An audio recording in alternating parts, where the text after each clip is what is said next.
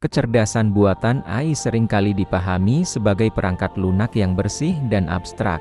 Namun realitas fisiknya adalah ribuan server di pusat data yang bekerja non-stop dan mengonsumsi energi listrik dalam jumlah yang luar biasa besar. China, dalam ambisinya melampaui Amerika Serikat dalam supremasi AI, terus membangun infrastruktur komputasi raksasa yang membutuhkan pasokan listrik stabil selama 24 jam. Tanpa energi yang melimpah, seluruh algoritma canggih milik raksasa teknologi seperti Alibaba, Baidu, dan Huawei hanyalah tumpukan kode yang mati. Disinilah Indonesia masuk sebagai aktor kunci. Kita adalah penyedia utama bahan baku energi yang memastikan otak digital China tetap hidup.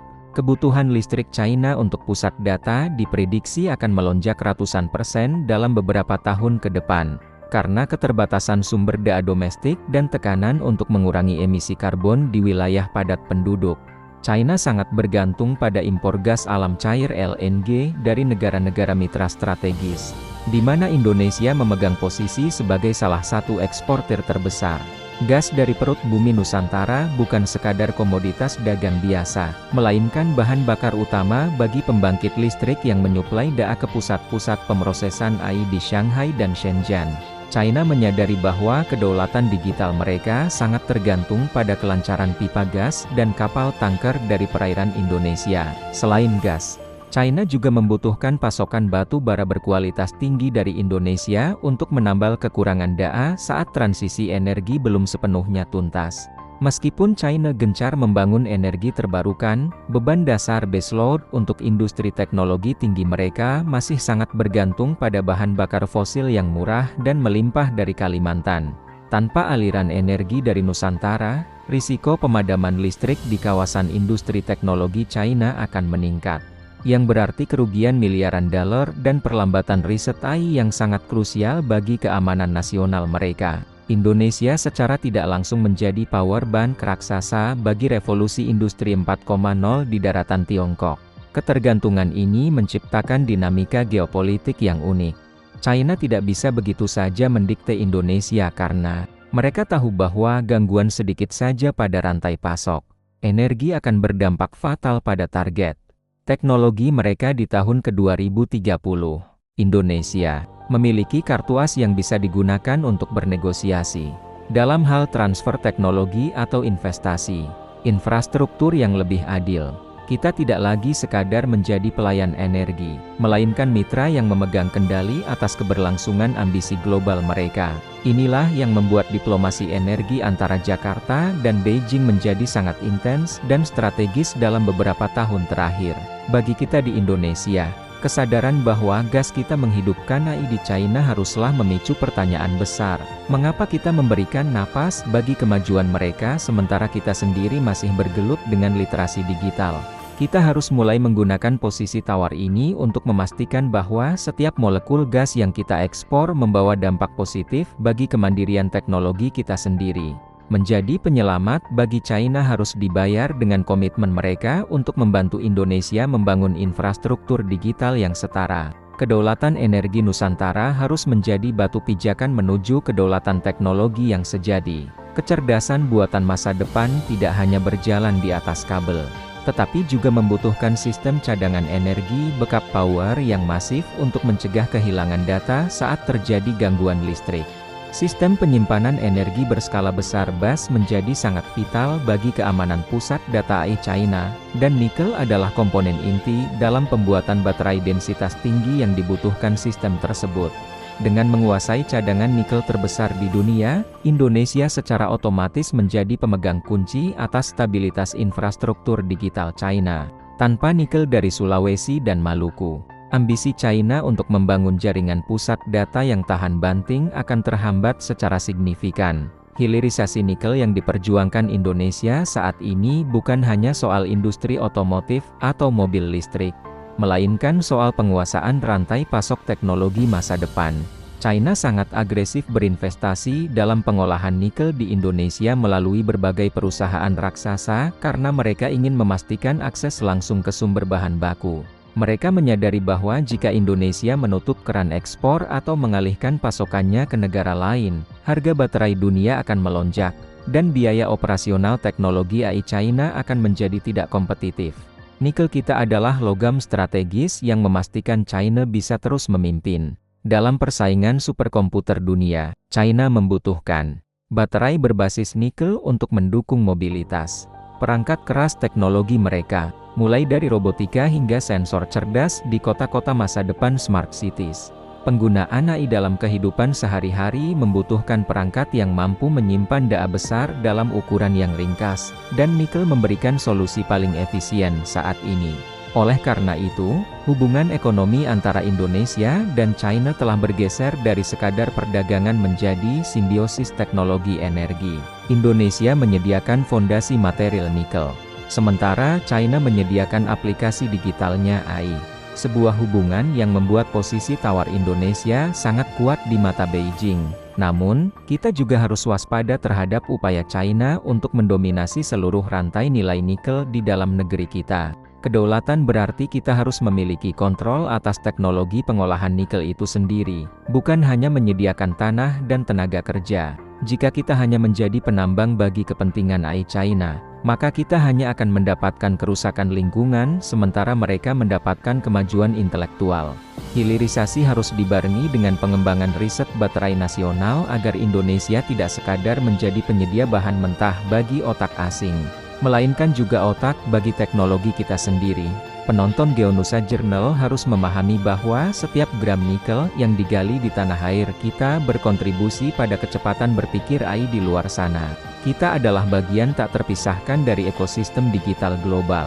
Posisi Indonesia sebagai penyedia nikel utama memberikan kita kekuatan untuk menentukan arah masa depan teknologi dunia. Kita bukan lagi bangsa yang bisa diremehkan. Kita adalah tulang punggung bagi revolusi digital abad ke-21. Saatnya kita menggunakan nikel ini sebagai alat tawar untuk memastikan Indonesia tidak hanya menjadi penyelamat bagi China, tetapi juga pahlawan bagi kedaulatan teknologinya sendiri.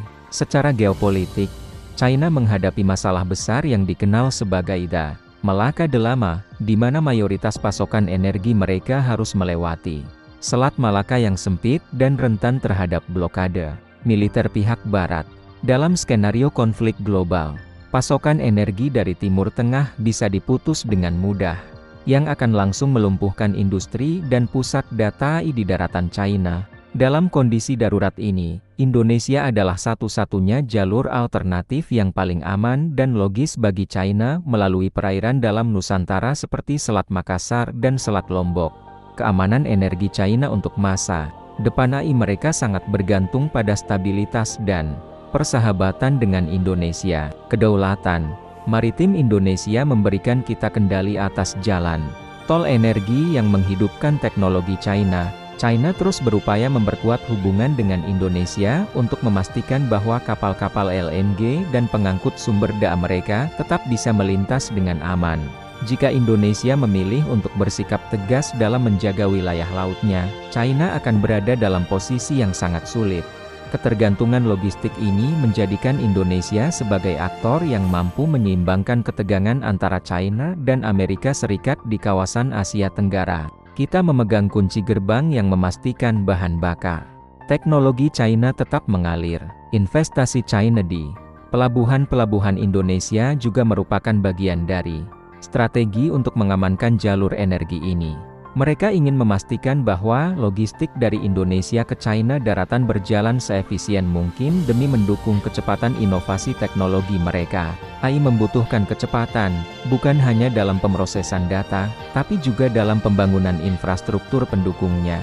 Gangguan logistik energi di wilayah Nusantara akan menyebabkan penundaan besar dalam proyek-proyek superkomputer China yang sedang bersaing ketat dengan Silicon Valley. Inilah mengapa stabilitas Indonesia adalah kepentingan nasional bagi Beijing. Bagi Indonesia, posisi ini memberikan tanggung jawab besar untuk menjaga perdamaian di kawasan.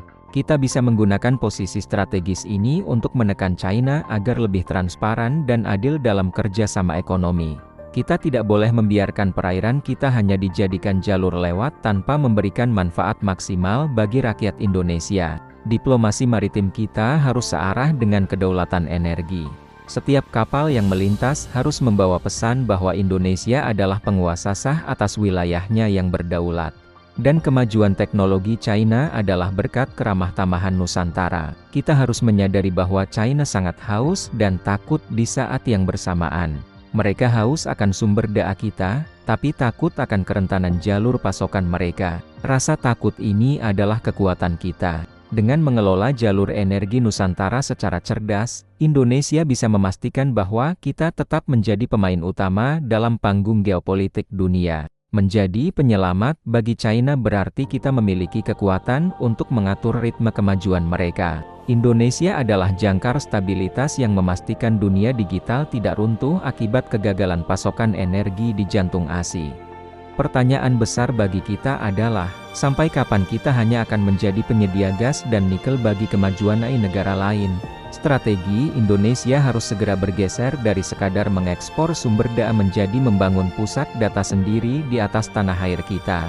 Dengan ketersediaan gas dan nikel yang melimpah, Indonesia memiliki potensi untuk menjadi hub pusat data center hub terbesar di Asia Tenggara.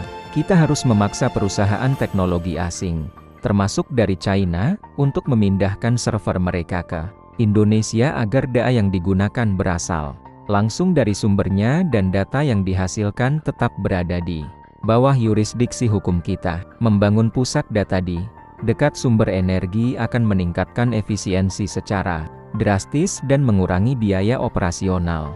Inilah bentuk hilirisasi energi yang sesungguhnya, mengubah gas dan nikel menjadi kekuatan komputasi computing power.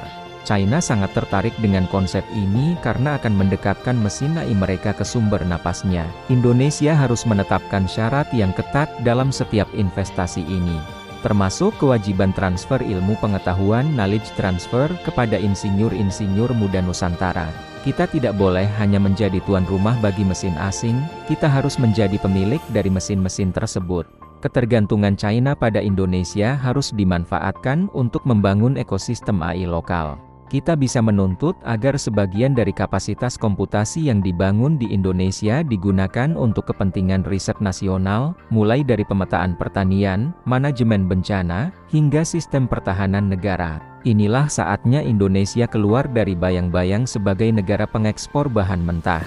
Kita memiliki modal yang lebih dari cukup untuk menjadi negara superpower teknologi jika kita berani mengelola kekayaan alam kita dengan visi kedaulatan digital yang jelas dan tegas. Pemerintah harus memastikan bahwa penggunaan gas dan nikel untuk industri teknologi tidak merusak lingkungan secara permanen. Kedaulatan tidak berarti mengorbankan masa depan anak cucu demi pertumbuhan jangka pendek. Kita harus mendorong investasi yang ramah lingkungan green investment dari China, di mana mereka wajib menggunakan teknologi terbaru untuk meminimalisir dampak ekologi di tambang nikel dan ladang gas kita. Indonesia harus menjadi standar dunia dalam hal pengolahan sumber daya yang berkelanjutan, karena kita memegang barang yang paling dicari oleh seluruh dunia. Rekan-rekan Geonusa, bayangkan jika suatu saat nanti, bukan China yang mendikte kita tentang teknologi, melainkan kita yang menawarkan kekuatan komputasi kepada mereka. Itulah arti sejati dari Indonesia Emas ke-2045. Kekayaan alam kita adalah berkah yang harus dikonversi menjadi kecerdasan bangsa. Kita telah menyelamatkan ambisi AI China selama bertahun-tahun dengan gas dan nikel kita.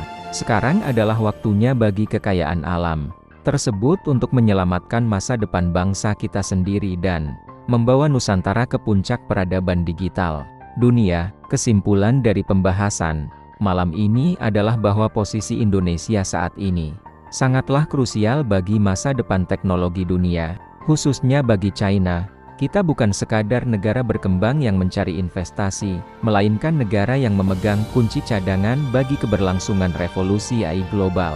Ketergantungan China pada gas dan nikel Nusantara adalah bukti nyata bahwa tanpa Indonesia, ambisi mereka untuk menjadi pemimpin teknologi dunia akan menghadapi jalan buntu. Ini adalah modal politik dan ekonomi yang luar biasa besar yang harus dikelola dengan penuh keberanian dan kecerdasan oleh seluruh elemen bangsa. Dunia sedang berubah, di mana kekuatan tidak lagi hanya diukur dari jumlah hulu ledak nuklir, melainkan dari penguasaan atas sumber daya yang menghidupkan kecerdasan buatan. Indonesia berada di titik sentral perubahan ini.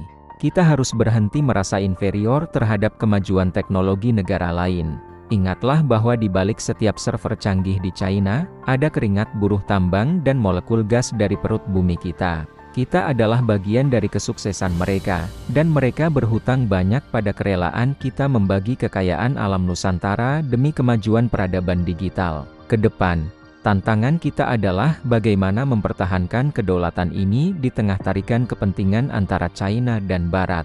Semua pihak akan berusaha mengamankan pasokan nikel dan gas kita. Indonesia harus tetap pada prinsip politik luar negeri yang bebas aktif, namun dengan gigi yang lebih tajam. Kita bisa menentukan kepada siapa kita menjual, dengan harga berapa, dan dengan syarat teknologi apa. Jangan biarkan gas dan nikel kita hanya terbang menjadi devisa yang habis dikonsumsi.